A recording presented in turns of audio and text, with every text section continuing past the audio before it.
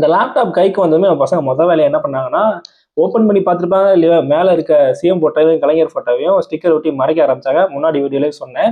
இன்னும் சில பசங்க ரொம்ப ஸ்மார்ட்டா நான் கூட இது வந்து பெர்மனன்ட் ஸ்டிக்கர் நெனச்சேன். ஆனா என்ன பண்றாங்க, பெட்ரோலையும் திண்ணறையும் மேல ஊத்தி துடைக்கிறாங்க. இந்த ஸ்டிக்கர் வந்து இருந்த அடையாளமே தெரியாத அளவுக்கு அழிஞ்சு போயிடுது. அதே மாதிரி உள்ள இருக்க ஸ்டிக்கரையும் ரிமூவ் பண்ணிடுறாங்க. வால்பேப்பர்ல இருக்க சிஎம்மோட ஃபோட்டோ தூக்கி இன்னும் சில பசங்க விஜய் ஃபோட்டோலாம் வச்சு, டிவிகே சாங்லாம் வச்சு ட்ரெண்ட் பண்ணிட்டு இருக்காங்க இன்ஸ்டால. இது சம்பந்தமா எல்காட் நிறுவனம் என்ன சொல்லியிருக்காங்கன்னா, இந்த மாதிரி கவர்மெண்டோட ஃப்ரீ லேப்டாப்ல தமிழ்நாடு அரசோட லோகோவையோ, சிஎம் சாரோட போட்டோவையோ, கலைஞருடைய போட்டோவையோ அழிச்சாலோ மாத்தினாலோ அதை வந்து நாங்க ஆல்ட்ரேஷனா கன்சிடர் பண்ணி ஃப்ரீ வாரண்டியை வந்து கேன்சல் பண்ணுவோம், ரிஜெக்ட் பண்ணுவோம் அப்படின்னு சொன்னதா செய்திகள் வந்துட்டு இருக்கு. அதாவது கவர்மெண்ட்டுடைய ஃப்ரீ லேப்டாப்க்கு எப்பவுமே வந்து 1 இயர் ஃப்ரீ சர்வீஸ் வாரண்டி கொடுப்பாங்க. அது வந்து ஏடிஎம்கே கவர்மெண்ட்ல அவங்க கொடுக்க ஆரம்பிச்சதுலேருந்தே அதை கொடுத்துட்டு தான் இருக்காங்க. இதுக்கும் கொடுத்துருக்காங்க. இதுக்கு வந்து இவங்க எல்காட் தரப்புல இருந்து என்ன சொல்லியிருக்காங்க, இந்த மாதிரி சிஎம்மோட போட்டோவை நீங்க அழிச்சாலோ இல்லை மேல ஸ்டிக்கர் ஒட்டி மறைச்சாலோ உள்ள இருக்க வால்பேப்பரை மாத்தினாலோ நாங்கள் அதை ஆல்ட்ரேஷனை கன்சிடர் பண்ணி இந்த வாரண்டியை வந்து ரிஜெக்ட் பண்ணுவோம் அப்படின்னு சொல்லியிருக்காங்கன்னு இப்போ செய்திகள் வந்து உலா வந்துட்டு இருக்கு. இதை பத்தி தான் இன்னைக்கு நம்ம பார்க்க போறோம். லேப்டாப்பை மேனுஃபேக்சர் பண்ண கம்பெனி தான் வாரண்டி கொடுக்குது. எந்த ஒரு கம்பெனியும் மேல இருக்க ஸ்டிக்கரை கிழிச்சிட்ட உனக்கு வாரண்டி தரமாட்டேன் அப்படின்னு இது வரைக்கும் சொன்னதில்லை. எனக்கு இது புதுசா இருக்கு. ஸ்டிக்கர் ரிமூவ் பண்ணா வாரண்டி ரிஜெக்ட் ஆகும்னு சொல்றதெல்லாம் வேடிக்கையா இருக்குது. எந்த கம்பெனியுமே வந்து என் மேல இருக்க ஸ்டிக்கர்லாம் ரிமூவ் பண்ணிட்டேன், நான் உனக்கு வாரண்டி தர மாட்டேன்னு சொல்ல மாட்டாங்க. அவங்களுக்கு தேவை அந்த 1 இயர் வாரண்டி பீரியட்ல பிசிக்கல் டேமேஜ் இருக்கக்கூடாது, தேர்ட் பார்ட்டி இதை ஓப்பன் பண்ணிடக்கூடாது. இதுதான் அவங்க எதிர்பார்ப்பாங்க. மற்றபடி ஸ்டிக்கருக்குலாம் அவங்க வந்து எந்த கேள்வியும் கேட்டதில்லை. இப்படிலாம் யாராவது கேட்பாங்களான்னு எனக்கு ஒரு டவுட் இருந்துச்சு. சரி இருந்தாலும் கேட்டுக்கலாம்னு சொல்லிட்டு இவங்க கொடுத்துருக்க வாரண்டி கார்டில் இருக்க கஸ்டமர் கேருக்கே ஃபோன் பண்ணி கேட்டேன். அவங்க என்ன சொல்றாங்கன்னா, இப்படி ஒரு ரூல் இருக்குது எங்களுக்கு தெரியாது அப்படின்னு சொல்றாங்க. அப்படி ஒரு ரூல் இருக்குது தெரியலன்னா, இப்படி ஒரு ரூல் இல்லைன்னு தான் நம்ம எடுத்துக்க முடியும். ஒருவேளை இது ஸ்பெஷல் ரூல் தான் இருந்துச்சுன்னா முதல்ல கஸ்டமர் கேர்ல அவங்க சொல்லியிருப்பாங்க. ஆனா அவங்களே தெரியலன்னு தான் சொல்றாங்க. அப்படின்னும் போது இதுல ரூல் இல்லைன்னு தான் நம்ம எடுத்துக்கணும். பொதுவாகவே லேப்டாப் மாதிரியான எலக்ட்ரானிக் ஐட்டம்க்கு அந்த ப்ராடக்ட் மேனுஃபேக்சரர் வந்து 1 இயர் வரைக்கும் வாரண்டி கொடுப்பாங்க. இப்போ இந்த லேப்டாப்புடைய வாரண்டியை கிளைம் பண்றதுக்கு இருக்க ரூல் என்னன்னா, இந்த 1 இயர் வாரண்டி பீரியட்ல அது பிசிக்கல் டேமேஜ் ஆகிடக்கூடாது. இன்கேஸ் நாமளே கீழே போட்டு உடச்சிட்டோம்னா அது வாரண்டியில் கிளைம் ஆகுது. நம்ம காசு போட்டு தான் சர்வீஸ் பண்ணணும். இன்கேஸ் ஏதோ ஒரு பிரச்சனைனா நம்ம வந்து ஆத்தரைஸ்டு சர்வீஸ் சென்டர் கிட்ட கொண்டு போய் தான் சர்வீஸ் பண்ணோம். அது இல்லாமல் நம்ம போய் தேர்ட் பார்ட்டி சர்வீஸ் சென்டர் சின்ன சின்ன கடையில் கொண்டு போய் கொடுத்து அதை இதை அவங்க ஓப்பன் பண்ணி ஏதாவது ஆல்டர் சேஞ்ச் பண்ணியிருந்தாங்கன்னா அப்பயும் இது வந்து கம்ப்ளீட்டா இந்த வாரண்டி வந்து ரிஜெக்ட் ஆயிடும்.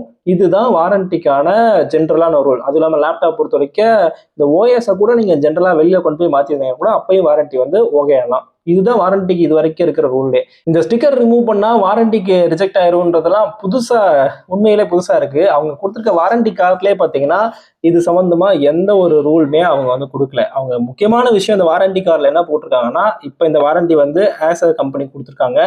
அவங்க என்ன சொல்லியிருக்காங்கன்னா, இந்த லேப்டாப்புக்கு பின்னாடி ஒரு சீரியல் நம்பர் இருக்கும். அந்த சீரியல் நம்பரை எல்காட் நிறுவனத்துடைய வெப்சைட்டுக்குள்ள போய் அதுல ஸ்டூடெண்டோட ஒமிஸ் நம்பர் மற்றும் இந்த லேப்டாப்புடைய சீரியல் நம்பரை கொடுத்து ரெஜிஸ்டர் பண்ணிட்டு அது பண்ணியிருந்தாலே போதும். இது வந்து வாரண்டி கிளைம் பண்றதுக்கு எலிஜிபிள் தான். அதாவது இந்த ஒமிஸ் நம்பரையும் இந்த லேப்டாப் பின்னாடி இருக்க சீரியல் நம்பரையும் கொடுத்து ரெஜிஸ்டர் பண்ணியிருந்தாலே இந்த லேப்டாப் வந்து வாரண்டி கிளைம் பண்றதுக்கு எலிஜிபிள் தான் சொல்லியிருக்காங்க. தவிர வேற எந்த ஒரு டேர்ம்ஸ் அண்ட் கண்டிஷனையும் அவங்க சொல்லல. இந்த வாரண்டி ரூலை டிசைட் பண்ண வேண்டியதே அந்த கம்பெனி தான். அவங்களே அப்படி ஒரு ரூல் வச்சிருந்தாங்கன்னா வாரண்டி கார்ட்லேயே கொடுத்துருப்பாங்க. அப்படி எதுவுமே இது வரைக்கும் கொடுக்கல. இதுல ஏன் எல்கார்ட் உள்ள வராங்கன்னு தெரியல. உண்மையிலே எல்கார்ட் சொன்னாங்களா இல்ல அந்த மாதிரி செய்தி வந்துச்சான்னு தெரியல. அதை எல்கார்ட் தான் கிளாரிஃபை பண்ணணும். இதுல எல்கார்ட்டுடைய ரோல் என்னன்னா, எல்கார்ட் ஒரு நோடல் ஏஜென்சி கவர்மெண்டோடது. அவங்க வந்து இந்த லேப்டாப் உடைய டெண்டர் கொடுக்குறதும் அதுக்கப்புறம் லேப்டாப் ஸ்டூடெண்ட்க்கு டிஸ்ட்ரிபியூட் பண்றது தான் அவங்களுடைய ரோல். வாரண்டிக்கும் அவங்களுக்கும் நேரடியாக எந்த சம்மந்தம் கிடையாது. இப்போ வாரண்டி கிளைம் பண்றதுக்கு நம்ம நேரடியாக இந்த லேப்டாப்போட கம்பெனிக்கு தான் நம்ம கான்டாக்ட் பண்ணணும்.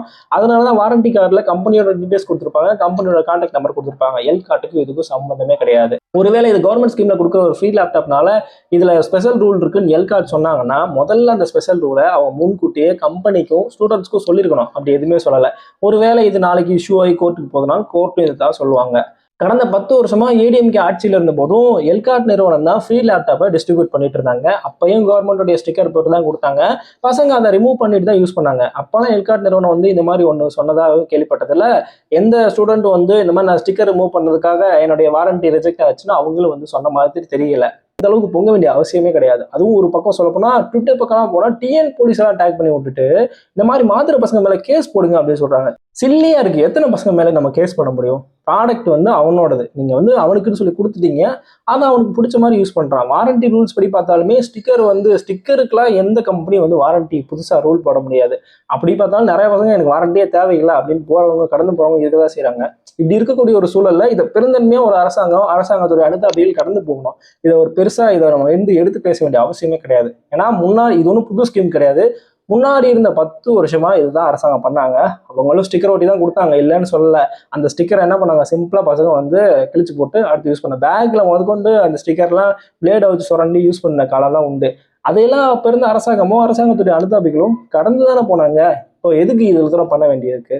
இதுல நிறைய ப்ரொபகண்டா இருக்குது. எல்லாமே வந்து யாரும் அரசாங்கத்துடைய அனுதாபியும் கிடையாது. அவங்க எதுக்காக ஒர்க் பண்றாங்கன்றது எல்லாருக்குமே தெரியும். இதை பத்தி நான் பேச விரும்பல. ஒரே ஒரு விஷயம், இந்த மாதிரி பசங்க பண்றாங்கன்னா அதை பெருந்தன்மையே கடந்து போங்க. இப்போ அவங்க அதை அவங்களுக்கு ஏற்ற மாதிரி யூஸ் பண்ணிக்கிறாங்க. அதை பெருந்தன்மையே கடந்து போங்க. அவ்வளவுதான் எல்லாருக்கும் நல்லது. அதை விட்டுட்டு இந்த மாதிரி ரிமூவ் பண்ணக்கூடாது, இந்த மாதிரி பண்ணா இது கிடைக்காது, இவங்க மேல கேஸ் போடும் அப்படி இப்படின்னு சொன்னீங்கன்னா இது இன்னுமே ஆப்போசிட் ரியாக்ஷன் தான் உங்களுக்கு கொடுக்கும். ஸோ இதை புரிஞ்சு நடந்துக்குவீங்கன்னு நினைக்கிறேன்.